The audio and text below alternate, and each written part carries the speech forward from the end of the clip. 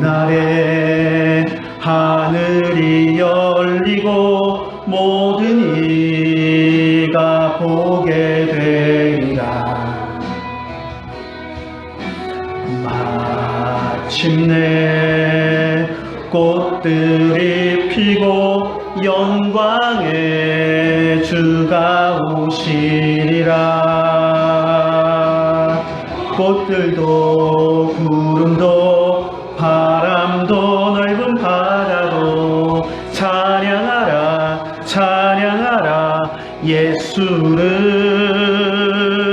하늘을 울리며 노래해 나의 영혼아.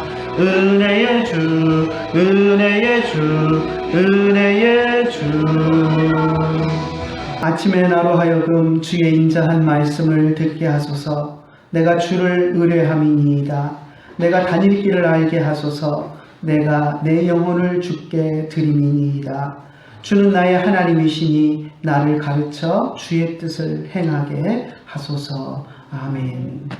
하나님 아버지 은혜를 감사합니다. 오늘도 우리가 주님을 바라보며 주님을 묵상하며 주님 앞에 나와서 예배할 수 있도록 인도하여 주심을 감사를 드립니다. 우리가 드리는 이 예배를 받아주시고 우리가 어느 곳에 있든지 우리의 마음이 주님을 향하고 주님을 예배할 때 주님이 우리를 만나주시는 것을 오늘 예배를 통하여서 체험할 수 있도록 인도하여 주시옵소서. 이 시간 주님께서 우리와 함께하여 주시고 우리의 예배를 받아주실 줄 믿사옵고 우리 주 예수님의 이름으로 기도드리옵나이다. 아멘. 주 하나님 지으신 모든 세계 내 마음속에 그리워볼 때 하늘의 별 울려 퍼지는 외성 주님의 걷는 우주에 찬네. 주님의 높고 위대하심을 내 영혼이 찬양하네. 주님의 높고 위대하심을 내 영혼이 찬양하네. 전능하사 천지를 만드신 하나님 아버지를 내가 믿사오며 그 외아들 우리 주 예수 그리스도를 믿사오니 이는 성령으로 잉태하사 동정녀 마리아에게 나시고 본디오 빌라도에게 고난을 받으사 십자가에 못 박혀 죽으시고 장사한 지 사흘 만에 죽은 자 가운데서 다시 살아나시며 하늘에 오르사 전능하신 하나님 우편에 앉아 계시다가 저리로서 산자와 죽은 자를 심판하러 오시리라. 성령을 믿사오며 거룩한 공회와 성도가 서로 교통하는 것과 죄를 사하여 주시는 것과 몸이 다시 사는 것과 영원히 사는 것을 믿사옵나이다. 아멘. 놀랍다 주님의 큰 은혜 우리의 죄를 속하시려 갈보리 십자가 위에서 어린 양 보혈을 흘렸네. 주의 은혜 우리의 죄를 다시 섰네. 주의 은혜 우리의 죄를 다시 섰네. 신약성경 마태복음 27장 27절부터 44절 말씀까지 합독하도록 하겠습니다. 이에 총독의 군병들이 예수를 데리고 관정 안으로 들어가서 온 군대를 그에게로 모으고 그의 옷을 벗기고 홍포를 입히며 가시관을 엮어 그 머리에 씌우고 갈대를 그 오른손에 들리고 그 앞에서 무릎을 꿇고 희롱하여 이르되 유대인의 왕이여 평안할지어다 하며 그에게 침 뱉고 갈대를 빼앗아 그의 머리를 치더라. 희롱을 다한 후 홍포를 벗기고 도로 그의 옷을 입혀 십자가에 못 박으려고 끌고 나가니라. 나가다가 시몬이란 구레네 사람을 만나매 그에게 예수의 십자가를 억지로 지워 가게 하였더라. 골고다 즉 해골의 곳이라는 곳에 이르러 쓸개탄 포도주를 예수께 주어 마시게 하려 하였더니 예수께서 맛보시고 마시고자 하지 아니하시더라. 그들이 예수를 십자가에 못 박은 후에 그 옷을 제비 뽑아 나누고 거기 앉아 지키더라. 그 머리 위에 이는 유대인의 왕 예수라 쓴 죄패를 붙였더라. 이때에 예수와 함께 강도 둘이 십자가에 못 박히니 하나는 우편에 하나는 좌편에 있더라. 지나가는 자들은 자기 머리를 흔들며 예수를 모욕하여 이르되 성전을 헐고 사흘에 짓는 자여, 내가 만일 하나님의 아들이어든 자기를 구원하고 십자가에서 내려오라 하며, 그와 같이 대제사장들도 서기관들과 장로들과 함께 희롱하여 이르되 그가 남은 구원하였으되 자기는 구원할 수 없도다. 그가 이스라엘의 왕이로다. 지금 십자가에서 내려올지어다. 그리하면 우리가 믿겠노라. 그가 하나님을 신뢰하니 하나님이 원하시면 이제 그를 구원하실지라. 그의 말이 나는 하나님의 아들이라 하였도다 하며, 함께 십자가에 못 박힌 강도들도 이와 같이 욕하더라. 아멘. 오늘 본문은 예수님께서 십자가에 처형당하시는 모습을 그리고 있습니다. 예수께서는 우리 대신 십자가를 지기 위해서 인간이 되어 이 땅에 오셨습니다. 그 목적대로 예수님은 십자가에 달리셨습니다. 오늘 우리가 읽은 본문에서 마태가 과정들을 세세하게 묘사하고 있는데, 이 모습을 통해서 정말 나를 위해서 예수님이 어떤 일들을 당하셨는가, 예수님의 고난을 묵상하는 우리가 되기를 원합니다. 우리가 십자가의 고난을 1년에 한 번 고난 주간에만 묵상하는 것이 아니라 늘 우리가 묵상하며 그 십자가의 은혜에 우리가 감사하는 그러한 삶을 살아야 합니다. 그래서 오늘 이 시간을 통해서 다시 한번 십자가의 고난을 찬찬히 묵상하는 그런 시간이 되기를 원합니다. 지난주에 우리가 예수님께서 로마 총독 빌라도에게 사형 언도를 받고 그리고 이제 사형을 집행하도록 내어주는 그러한 모습을 우리가 보았었습니다. 우리가 오늘 27절부터 읽었는데 26절에 보면 바라바는 놓아주고 예수는 채찍질하여서 십자가에 못 박히게 넘겨주었다라고 이야기하고 있는 것을 보게 됩니다. 사형이 언도되었고 십자가형을 받게 되는 죄수를 다루는 방식대로 이제 로마 군인들이 예수님을 다루는 것을 봅니다. 그래서 만신창이가 되도록 그렇게 채찍질을 해서 예수님을 십자가에 못 박기 위해서 끌고 가는 그런 모습을 우리가 지난주의 마지막 26절을 통해서 볼 수 있었습니다. 오늘 이렇게 이제 채찍을 맞고 끌려가신 예수님이 오늘 우리가 읽은 27절에 보니까 관정 안으로 끌려 들어가는 그런 모습을 보게 됩니다. 군인들이 이제 또 숙소로도 쓰고 하는 그러한 곳으로 끌려 들어가신 것입니다. 그리고 관정 안으로 들어가서 온 군대를 모았다라고 이야기하는데, 이 모임은 공식적인 그러한 집합이라기보다는 이제 흥미거리가 생겼기 때문에 비공식적으로 예수님을 조롱하고 희롱하기 위해서 모인 것으로 우리가 생각할 수 있습니다. 얼마 전 우리가 예수님께서 유대 공회에서 재판받으면서 얼굴에 침뱉음을 당하고 또 주먹으로 손바닥으로 또 따귀를 맞고 누가 때렸는지 맞춰봐라 조롱하고 이렇게 선지자 노름을 하는 그런 모습들을 우리가 보기도 했습니다.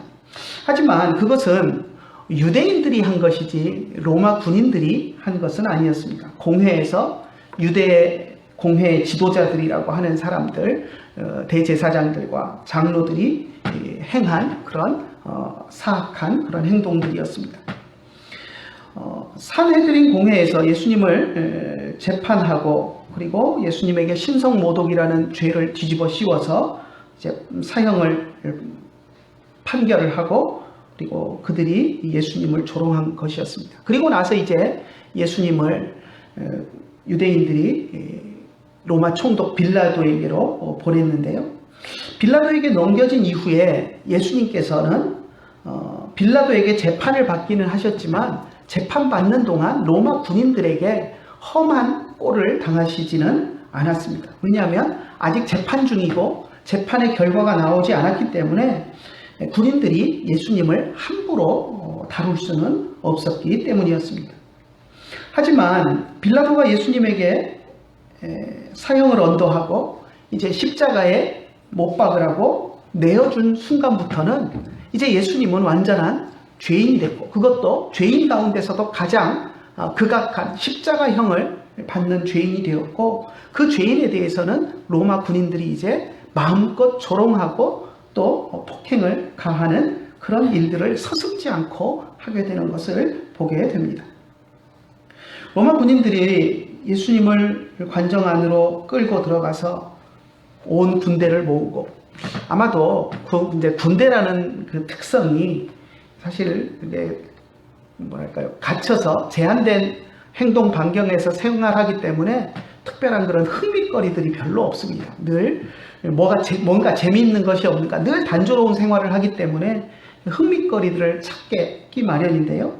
그래서 군대에서도 이제 오늘날 이제 신병들이 들어오면 신병들을 가지고 이렇게 이제 고참들이 장난하고 하는 것들이 요즘은 많이 줄었지만 그래도 신병들이 오면 이렇게 놀려먹는 고참들이 있습니다. 왜 그러냐면 군대에 특별히 할 게 없거든요. 그러니까 신병 하나 오면 이제 그거 놀려먹는 것이 새로운 일거리가 되는 것입니다. 그래서 제가 군대 생활할 때도 보면 이제 저는 이제 통신부대에서 생활을 했기 때문에 고참들이 이제 통신기기에 대해서 모르는 신병들이 오면 아주 재밌게 골려먹는 것이 하나가 있었습니다. 뭐냐면 그 312라고 부르는 그 군의 야전에서 쓰는 이게 다이얼 드르륵 돌려서 이제 야전에서 쓰는 전화기가 있는데요. 양쪽에 이제 두 개를 선으로 물려놓고 이쪽에서 드르륵 돌리면 저쪽에 띠리릭 물려서 이제 전화를 받는 건데 그리고는 이제 신병이 오면 그 전화기를 연결해 가지고 그 선을 양쪽 손으로 잡으라고 합니다. 그리고 이제 다이얼 이거 돌립니다. 그럼 이제 그게 돌릴 때 12V 전류가 발생을 하거든요. 그러면 뭐 몸에 해가 오지는 않은데 잡고 있으면 찌릿해서 깜짝 놀랄 정도로 찌릿한 그 느낌이 옵니다.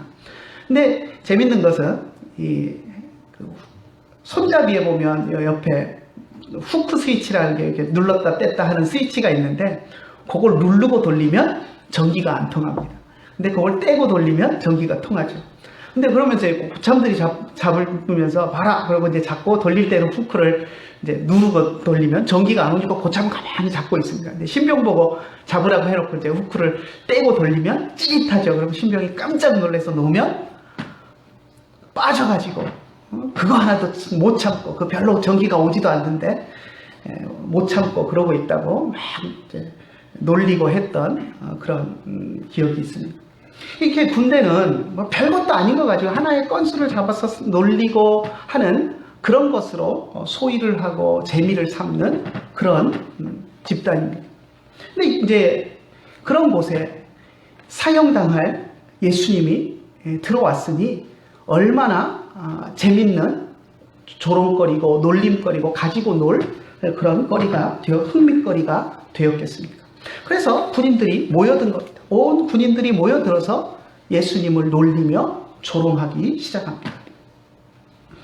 오늘 우리가 읽은 본문에 보니까 예수님의 옷을 벗기고 홍포를 입혔다라고 28절에 이야기합니다. 홍포, 말 그대로 붉은 옷입니다. 붉은 옷은 왕이 입는 옷의 색깔입니다. 우리도 옛날에 그랬지만 우리 조선시대에도 보면 색깔 있는 옷이 귀하기 때문에 염색 기술이 많이 발달하지 않았고 또 염색에 드는 비용이 많기 때문에 서민들은 흰색 옷을 대부분 입었습니다. 그리고 왕이나 돼야 색깔 있는 비단 옷을 입었는데요.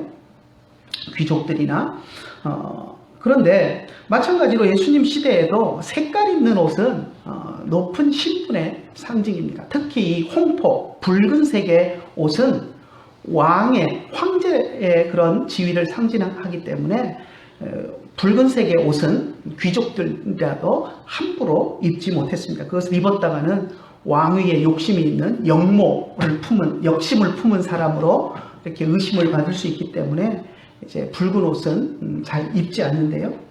예수님에게 이 붉은 옷을 입혔습니다. 로마 군인들이 왜 예수님께 이 붉은 옷을 입혔을까요? 그렇다고 예수님에게 왕이 입는 것 같은 고급스러운 옷을 입혔다는 이야기는 결코 아닙니다. 그냥 색깔만 붉으스레한 천을 예수님에게 걸쳐놓은 것입니다. 조롱하고 희롱하기 위해서. 빌라도가 예수님을 십자가에 못 박으라고 넘겨주면서 죄명을 뭐라고 했습니까? 유대인의 왕이다 라는 죄명을 붙였습니다. 이제 그 죄명이 예수님이 사형을 언도받는 십자가형을 받을 죄수다라고 하면서 이제 넘겨왔을 것이고, 죄명이 뭐냐라고 할 때 유대인의 왕이다라는 죄명이 따라왔기 때문에 이 로마 군인들이 그걸 보고 죄명에 따라서 예수님을 조롱하기 위해서 이제 그 노름을 하고 있는 것입니다. 그래서 붉은 천을 예수님의 옷을 다 벗긴 다음에 이제 붉은 천 조각을 예수님에게 걸쳐놓고, 그리고 나서 이제 왕 노름을 해보라고 조롱하고 놀리는 그러한 모습을 보게 됩니다. 그래서 그런 조롱을 위해서 붉은 천을 걸쳐놓은 것이지 결코 제대로 된 옷을 입힌 것이 아닙니다. 그 다음 절을 보면 우리가 그것을 분명히 알 수 있는데요. 29절에 보면 가시관을 엮어서 머리에 씌웠다라고 이야기합니다. 그죠? 왕은 붉은 옷을 입었을 뿐만 아니라 머리에 왕관을 씁니다. 그래서 로마 군인들이 예수님을 조롱하기 위해서 붉은 천을 걸쳐놓고 왕관도 뭘 씌워야 되겠는데 그것을 가시관을 가지고 가시나무를 가지고 동그랗게 엮어서 가시관을 만들어서 예수님 머리에 왕관처럼 씌워놓고 조롱을 하는 것입니다. 또 갈대를 그 오른손에 들렸다라고 이야기합니다. 지위가 높은 사람들은 우리가 TV 사극이나 이런 물론 뭐 이집트나 또 로마 시대의 그런 영화나 이런 것들을 보면 왕궁에 있는 왕들은 뭐 애굽왕 바로도 그렇고요. 다 보면 손에 뭔가 근사한 나무 막대기를 하나씩 들고 있습니다. 우리 조선시대 사극을 봐도 왕은 물론 평상시에는 잘 안 들고 있는데 정식 행사를 할 때 보면 왕이나 뭐 세자나 이런 사람들이 행차하고 할 때 보면 정복 딱 입고 행차할 때는 앞에 이렇게 옥으로 된 막대기를 하나 딱 들고 이렇게 행차를 하는 것들을 봅니다. 이게 권위의 상징이고 왕의 그런 위엄의 상징으로 이 막대기를 하나씩 들고 있는데요. 그것을 흉내내서 예수님 손에 갈대를 하나 꺾어다가 들려주고 들고 있으라라고 해놓고 붉은 천을 걸치고 가시관을 쓰게 하고 그리고 갈대를 들게 해서 왕의 모양으로 만들어 놓고 그리고 그 앞에 무릎을 꿇는 신용을 하면서 유대인의 왕이여 평안할지어다 하고 조롱하고 깔깔거리고 웃고 예수님을 그런 조롱하는 그런 모습들을 행했던 것입니다. 또 30절에 보니까 그렇게 조롱하면서 예수님에게 침을 뱉고 또 손에 들려주었던 갈대를 뺏어가지고 그것으로 예수님의 머리를 치며 예수님을 조롱하는 그런 모습도 볼 수 있습니다. 한번 생각해 보십시오. 여러분이 그런 모욕을, 그런 행동을 당했다라고 한번 생각을 해 보십시오. 그런데 우리가 당했다고 해도 그렇게 이것은 기분 나쁜 일입니다. 그렇지 않습니까? 침을 뱉고 조롱하고 또 그렇게 왕의 볼품없는 왕의 모습으로 꾸며놓고 그 앞에 무릎 꿇는 신용을 하면서 조롱하고 손에 들려줬던 갈대를 뺏어서 머리를 툭툭 치면서 조롱하는 그런 행동들을 만약에 우리가 당했다라고 해도 우리들도 이것은 불쾌하고 기분 나쁜 일일 것입니다. 그런데 예수님께서 그런 대접을 받으셨습니다. 여러분, 예수님이 누구입니까? 이 세상을 지으신 하나님이십니다.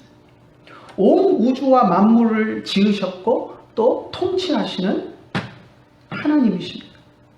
그런데 그런 예수님께서 우리 인간을 구원하기 위해서 인간이 되어서 이 땅에 오셨는데 하찮은 인간들에게 이런 조롱과 멸시를 받으셨습니다. 얼마나 마음이 아프셨고 얼마나 불쾌한 그러한 느낌을 받으셨을지는 우리가 충분히 상상할 수 있습니다. 로마 군인들은 이렇게 한참을 예수님을 가지고 조롱하고 논 다음에 예수님에게 입혔던 홍포를 도로 벗기고 그리고 이제 예수님의 원래 입고 계셨던 옷을 입혀가지고 이제 십자가를 지워서 골고다로 예수님을 끌고 갔습니다. 예수님께서 로마 총독의 관저에서부터 사형장에 있는 골고다 언덕까지 십자가를 지고 가셔야 했는데요.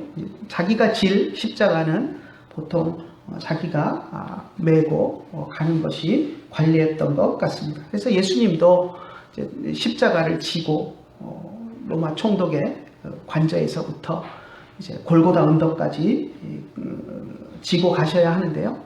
사실 저도 예루살렘에 가서 그 길을 걸어보았지만 물론 지금 골고다 언덕이라고 이제 우리가 추정하는 곳이 골고다 언덕이라고 가정했을 때 이야기고요. 그곳이 아니고 다른 곳이다라고 주장하는 사람들도 있기 때문에 우리가 정확한 위치는 알지 못합니다. 하지만 이제 거리상으로는 아마 비슷한 거리에 있었을 것으로 생각이 되는데 그다지 크게 먼 거리는 아닙니다. 하지만 또 언덕길이고 올라가는 언덕길이고 또 예수님께서는 또 밤새 재판을 받으시면서 한숨도 주무시지 못했고 또 유대인들에게 맞고 또 빌라도에게 재판받은 이후에는 또 채찍질 당했고 또 로마 군인들에게 또 맞으며 그렇게 이제 조롱을 당하셨기 때문에 온통 심신이 지칠 대로 지쳐 있는 그러한 상태였습니다. 그래서 온통 그렇게 밤새도록 재판받고 채찍에 맞고 로마 군인들에게 조롱과 폭행을 당하신 그 예수님이 지칠 대로 지친 상태에서 십자가를 지셔야 했습니다. 그래서 얼마 되지 않는 거리임에도 불구하고 예수님께서 자기 십자가를 지고 골고다 언덕까지 가실 수도 없을 만큼 그렇게 지쳐 계셨던 것을 보게 됩니다. 자, 한번 볼까요? 32절 한번 읽어봅시다. 32절. 나가다가 시몬이란 구레네 사람을 만나매 그에게 예수의 십자가를 억지로 지워 가게 하였더라.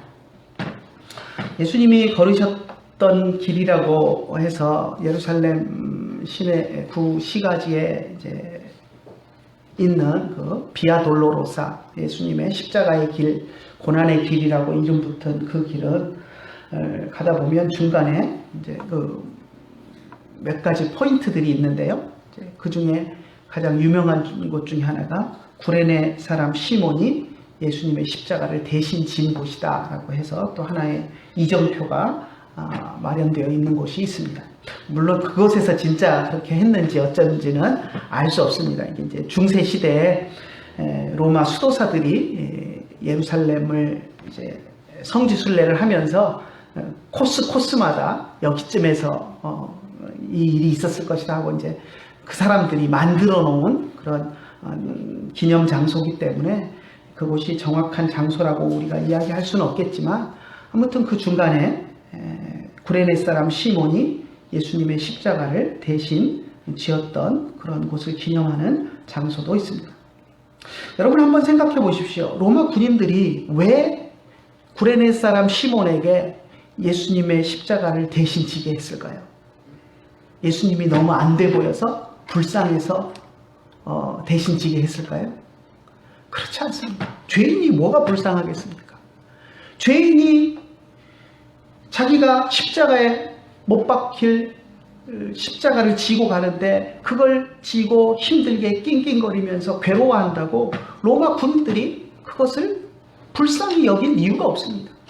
오히려 채찍을 내려치면서 빨리 가지 않는다고, 빨리 발걸음을 떼지 않는다고 때리면 때렸지, 그걸 불쌍하게 여겨서 다른 사람 누구 대신 져줄 사람이 없나 참는다는 것은 그건 말이 안 되는 이야기입니다. 그럼 왜 구레네 사람 시몬을 대신 십자가를 지게 만들었을까요?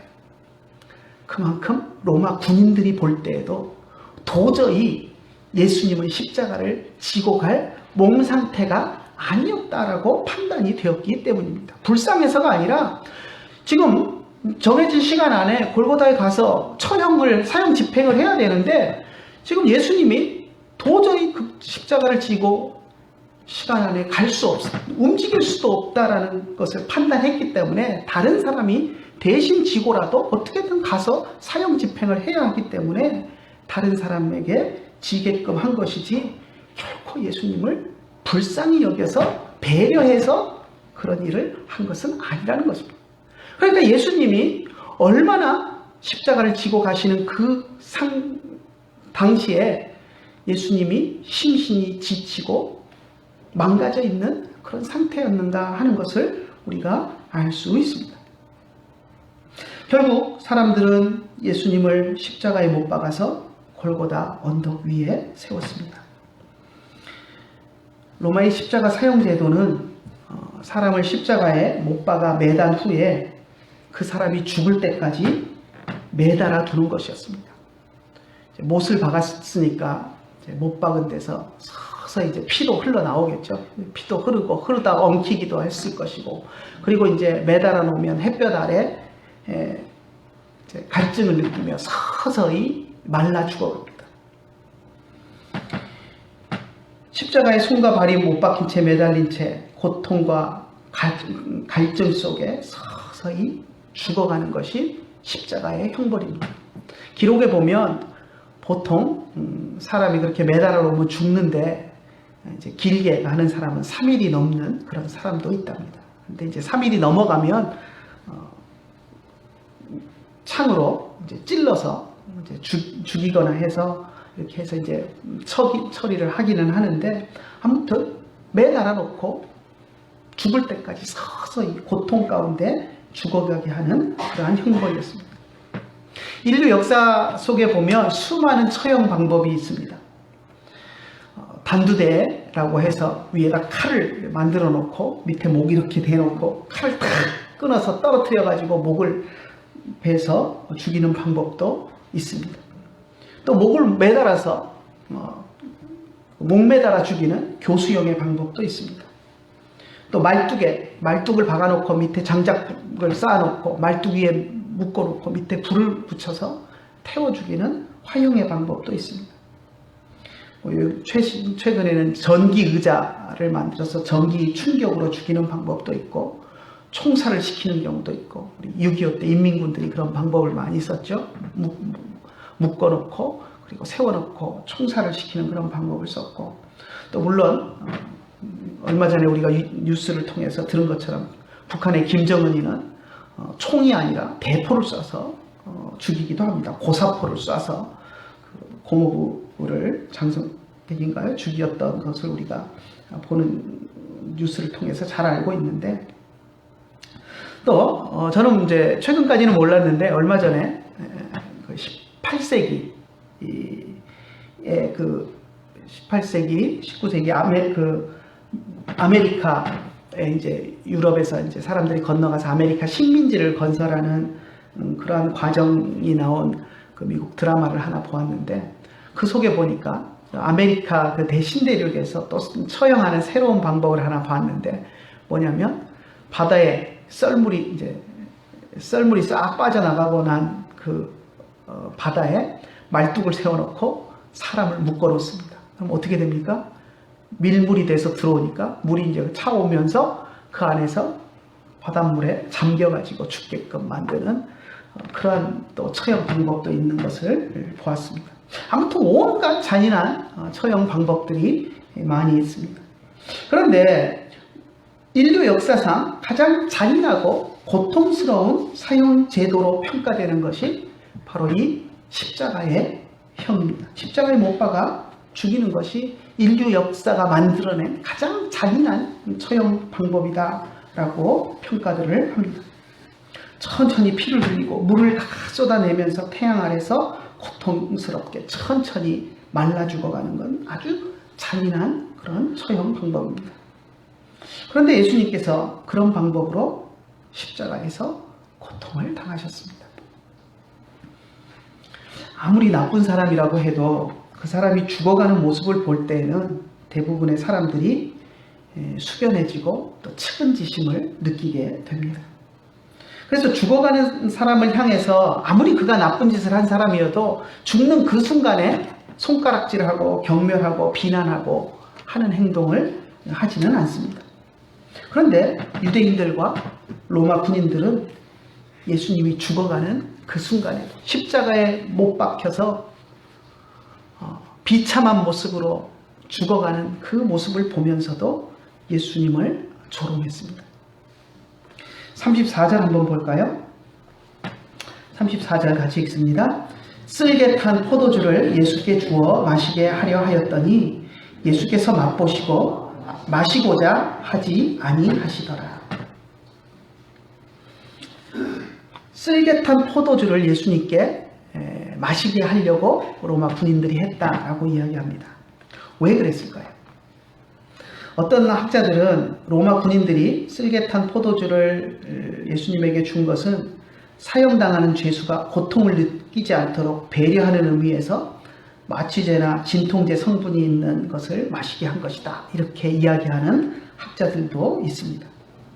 그리고 예수님이 이제 맛보게 하는데 예수님이 마시고자 아니하였다라고 하는데 이것은 예수님께서 우리를 위해서 십자가의 고통을 당하시는 것이기 때문에 마취제나 이런 것에 의존하지 않고 온전한 고통을 다 감당해서 우리를 위해서 고통을 지고 가기 위해서 그렇게 했다라고 하는 그런 이야기를 하는 학자들이 있습니다. 뭐 그럴듯해 보입니다. 그런데 이런 해석은 말이 되지 않습니다. 여러분, 로마 군인들이 왜 처형당하는 죄수에게 죄수를 불쌍히 여겨서 그 고통을 경감해 주려고 마취제를 먹이는 은혜를 베풀겠습니까? 그럴 것 같습니까? 그렇지 않습니다.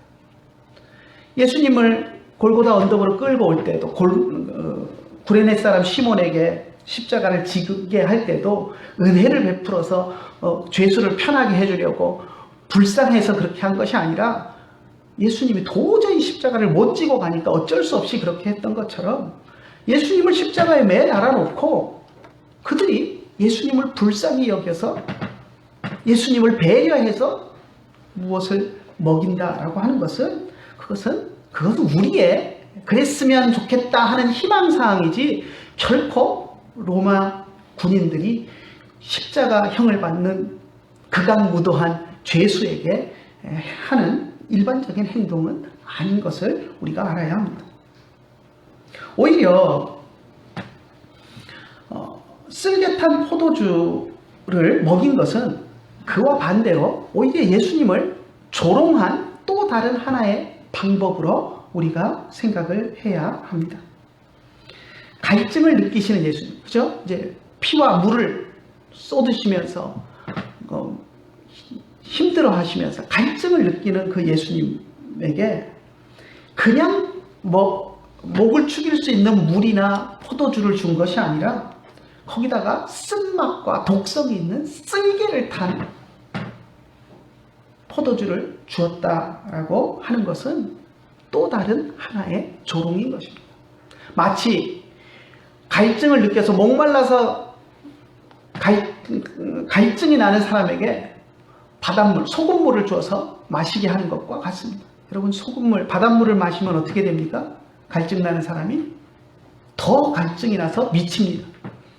그런데 갈증 나는 사람에게 물을 주는 것이 아니라 소금물을, 바닷물을 주는 것은 그것은 그 사람을 조롱하는 것이지 그 사람을 위한 배려가 아닌 것처럼 갈증을 느끼며 괴로워하는 예수님에게 쓸개탄 포도주를 준다는 것은, 정상적인 물이나 포도주를 주는 것이 아니라 쓸개탄 포도주를 준다는 것은 예수님을 더욱더 갈증나게 하고 예수님을 힘들게 만들 그런 목적으로 한 것으로 우리가 생각해야 합니다. 그렇게 생각할 수 있는 근거가 어디 있냐면 시편의 말씀에 있습니다. 우리가 보통 이 구절을 쓸개탄 포도주를 예수께 주어서 마시게 하였고 예수님이 그것을 맛보지 아니하셨다 하는 이 말씀을 이제 시편 69편 21절에 있는 말씀과 연관시켜서 이제 해석을 합니다. 다윗이 시편 69편 21절에서 자기 원수들이 자기를 조롱하고 했던 그 행동을 한 것을 시편으로 이제 노래를 했는데요. 그것이 하나의 예수님에 대한 예언이었고, 그리고 예수님이 십자가 위에서 이 말씀이 이제 성취가 되었다라고 우리가 해석을 합니다. 그럼 그 시편 69편에 있는 그 말씀과 그 말씀에서 이 쓸개탄 포도주의 그 의미가 무엇인가 하는 것을 우리가 적용해서 이 말씀을 해석하는데 연관을 시켜야 합니다.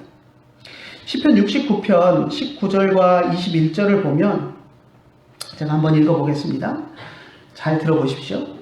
주께서, 이제 다윗이 고백하는 겁니다. 주께서 나의 비방과 수치와 능욕을 아시나이다. 나의 대적자들이 다 주님 앞에 있나이다. 그러니까 자기 대적자들이 자기에게 자기를 수치스럽게 하고 자기를 괴롭게 하고 능욕을 가했다라는 것을 이야기하고 있는 것입니다. 그리고 나서 21절에 뭐라고 이야기하냐면 어떤 행동으로 다윗에게 수치를 주었냐면 그들이 쓸개를 나의 음식물로 주며 목마를 때에는 초를 마시게 하였나이다 라고 이야기합니다.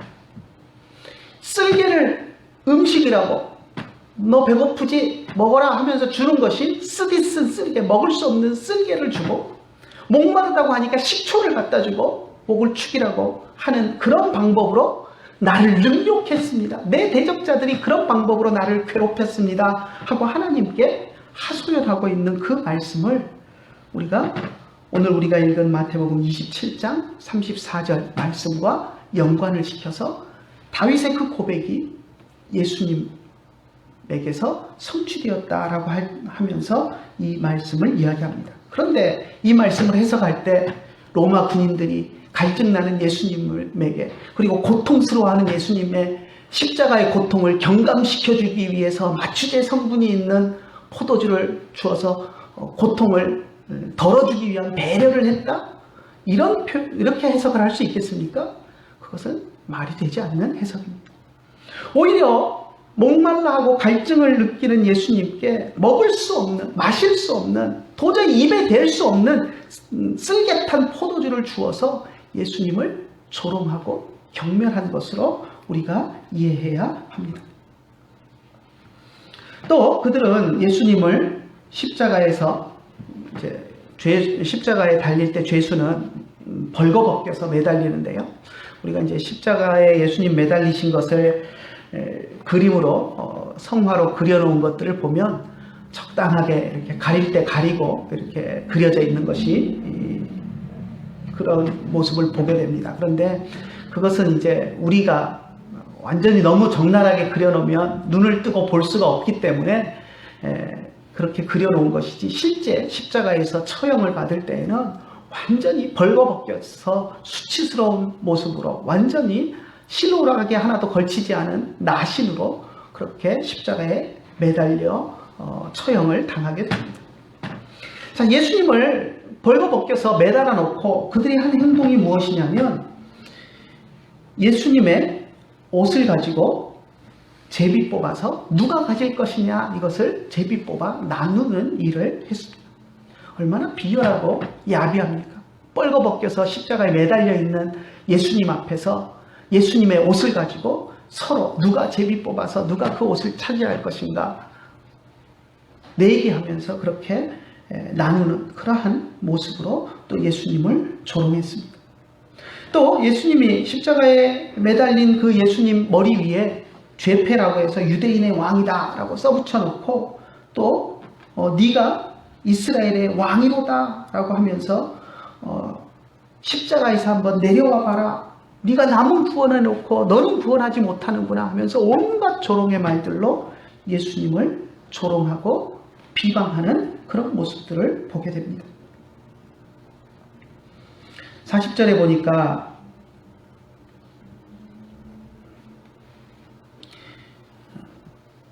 십자가에서 내려오라 라고 그렇게 희롱을 했고요. 그리고 39절에 보니까 지나가는 자들이 자기 머리를 흔들며 예수님을 모욕했다라고 이야기를 합니다. 이 머리를 흔든다라는 것은 유대인 사회 속에서 아주 심한 경멸과 치를 떠는 그런 경멸과 모욕을 의미하는 그런 표현이라고 합니다. 그래서 아무리 극렬한 극악한 사람도 죽을 때에는 측은지심을 느끼는 것이 보통 사람의 도리인데 예수님을 십자가에 못 박아놓고는 유대인들이나 로마 군인들에게는 전혀 측은지심이라고는 찾아볼 수 없고 오히려 예수님을 매달아 놓고 아주 극도로 조롱하고 비방하는 그런 모습을 보게 됩니다. 44절에 한번 볼까요? 44절의 마지막 절을 보면 예수님 곁에 함께 못 박혔던 강도들도 예수님을 욕했다라고 이야기를 합니다. 하나는 우편에 하나는 좌편에 이렇게 못 박혔다라고 마태가 기록을 하고 있는데요. 아무튼 44절에 보니까 예수님 옆에 못 박혔던 강도들마저도 예수님을 욕했다, 조롱하고 비난했다라는 이야기를 합니다. 사실 이것도 몇 가지 이제 우리에게 의문을 주는 구절 중에 하나인데요. 마태와 마가는 이렇게 함께 못 박힌 자들이 예수님을 비난했다, 욕했다라고 이야기하는데 누가복음에 보면 한 강도는 예수님을 비난했는데 다른 한 강도는 그를 꾸짖으면서 예수님께 당신의 나라에 임하실 때 나를 기억하소서라고 이야기했다라고 고백을 하고 있기 때문에 많은 사람들이 성경이 다 다르다. 마태와 마가는 둘 다 강도들이 다 예수님을 비난했다고 하는데 누가는 또 다르게 기록했다라고 하면서 성경이 틀렸다라고 이야기하는 사람들도 있는데 그것은 결코 그렇지 않습니다. 관점의 문제입니다. 분명히 우리가 이것을 종합해 보면 예수님이 가운데 매달리셨고 좌우에 강도들이 매달렸고 그 중에 하나가 예수님을 비난했고 그 중에 하나가 누가가 이야기한 것처럼 그를 꾸짖으면서 예수님께 당신의 나라에 임하실 때 나를 기억하여 주십시오라고 이야기한 것이 맞습니다. 그럼 마태와 마가는 왜 그럼 강도들이 다 예수님을 조롱한 것처럼 기록을 했는가? 누가는 그 두 사건을 딱 보고 그것이 인상적이어서 그것을 한 강도는 이랬는데 다른 한 강도는 이랬다라고 기록하고 있지만 마태나 마가는 다른 한 강도가 예수님께 선하게 이야기했던 그것에는 관심이 없고 다른 한 강도가 예수님께 예수님 옆에 매달린 강도 주제에 예수님을 비난하는 그 모습이 너무 강렬하게 와서 그것을 이야기하면서 다른 한 강도가 했던 말에는 관심이 없고 심지어는 예수님 옆에 매달린 강도조차도 예수님을 비난했다. 그 이야기를 하고 있는 것이지 결코 두 명이 다 했다라는 이야기를 하고 있는 것은 아닙니다. 그러니까 우리가 이러한 기록들을 읽을 때 성경의 그런 기록들이 조금 달라 보이더라도 서로 저자들의 그 관심을 가진 관점들의 차이라는 것을 우리가 기억을 해야 합니다. 아무튼 아무 죄 없으신 예수님께서 십자가에서 이렇게 가장 고통스러운 방법으로 죽임을 당하셨습니다. 죽음의 순간에 온갖 더럽고 추잡한 사람들에게까지 다 비난받고 조롱을 당하셨습니다. 예수님께서 얼마나 비참한 모습 가운데, 고통 가운데 죽어가셨는가 우리는 충분히 이 본문을 통해서 생각하고 상상할 수 있습니다. 여러분, 예수님께서 그렇게 고통 가운데 비참하게 온갖 조롱과 수모를 당하시면서 죽어가신 이유가 무엇입니까? 우리들 때문입니다. 우리들의 죄를 사하기 위해서 예수님께서 그 모든 것들을 감당을 하신 것입니다. 오늘 본문을 읽으면서 예수님의 십자가와 예수님이 피 흘려 죽으신 그 모습을 묵상하는 우리들이 되기를 원합니다. 우리가 예수님의 십자가와 죽음을 묵상하는 것은 고난주간에만 하는 것이 아닙니다. 항상 우리는 예수님의 그 십자가를 묵상하고 예수님의 죽으심 앞에 고개를 숙이고 겸손해져야 합니다. 우리를 위해서 죽으신 예수님께 항상 감사하며 살아가야 합니다. 우리를 위해서 아낌없이 모든 것을, 자신의 모든 것을 다 내어주시고 우리를 위해서 십자가에서 죽으신 그 예수님을 묵상하면서 나도 주님을 위해서 내 모든 것을 다 드리겠습니다 하는 마음으로 우리가 신앙생활을 해나가야 합니다. 그런 마음이 없이 하는 신앙생활은 결국 허울뿐인 신앙생활일 수밖에 없습니다. 어렵고 힘든 순간이 오면 예수님을 다 등지고 떠나갈 수밖에 없습니다. 내 모든 것을 주님께 다 드리겠습니다 하는 각오가 없는 신앙생활은 조금만 힘들고 어려운 일이 오면 어느새 주님을 등지고 달아날 수밖에 없는 그런 껍데기밖에 없는 신앙생활이 되고 마는 것입니다. 날마다 예수님의 십자가를 묵상하는 여러분들이 되시기를 간절히 축원합니다. 예수님의 십자가의 사랑에 감격하여 내 모든 것을 날마다 주님께 드리기를 다짐하며 살아가는 저와 여러분들이 되시기를 간절히 축원합니다. 기도하겠습니다. 참 좋으신 하나님 아버지, 은혜를 감사합니다. 오늘 우리가 마태복음 본문을 통하여서 예수님께서 빌라도에게 재판받으신 이후에 어떤 과정을 거쳐서 십자가에 달리셨는가 하는 모습들을 우리가 보았습니다. 십자가에 달리시기까지 온갖 조롱과 핍박과 멸시와 또 온갖 폭행을 당하시면서 만신창이가 된 몸으로 또 온갖 조롱 속에 또 상한 마음으로 예수님께서 십자가를 지셨던 모습을 우리가 보았습니다. 그 모든 것이 내 죄 때문이고 나를 살리시기 위해서 예수님이 그 모든 것을 감당하셨던 것을 우리가 기억합니다. 그것을 날마다 우리가 묵상할 수 있도록 인도하여 주시고 예수님의 십자가를 묵상하며 예수님이 나를 위해서 당하신 그 고난을 우리가 잊지 않고 주님 앞에 감사하며 그 주님을 위해서 우리도 모든 것을 드려 주님 앞에 충성하며 주님이 원하시는 일들을 이 땅 위에서 주님을 위해서 우리의 모든 것을 드리며 살아갈 수 있는 것을 다짐하며 신앙생활하는 우리들이 될 수 있도록 인도하여 주시옵소서. 예수님의 이름으로 기도드리옵나이다. 아멘. 만왕의 왕 예수께서 왜 걱정하겠나.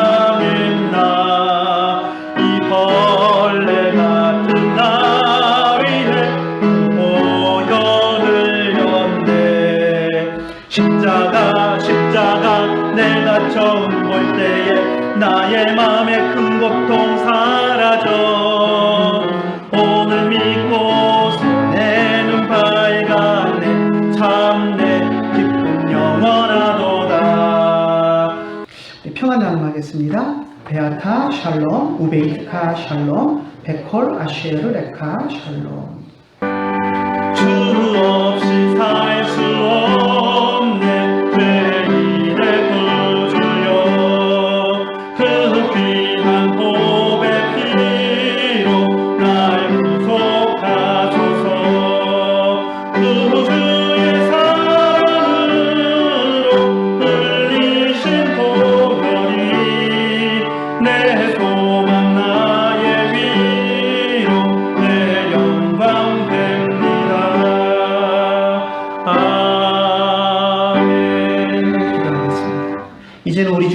그리스도의 크신 은혜와 하나님 아버지의 한이 없으신 사랑과 성령님의 감화하시고 감동하시고 우리 가운데 교통하심이 이제 주님 앞에 나와서 주님의 십자가를 묵상하며 주님 앞에 겸손히 살아가기를 원하는 주의 사랑하는 자녀들 머리 위에 이제로부터 영원토록 함께 계실지어다. 아멘.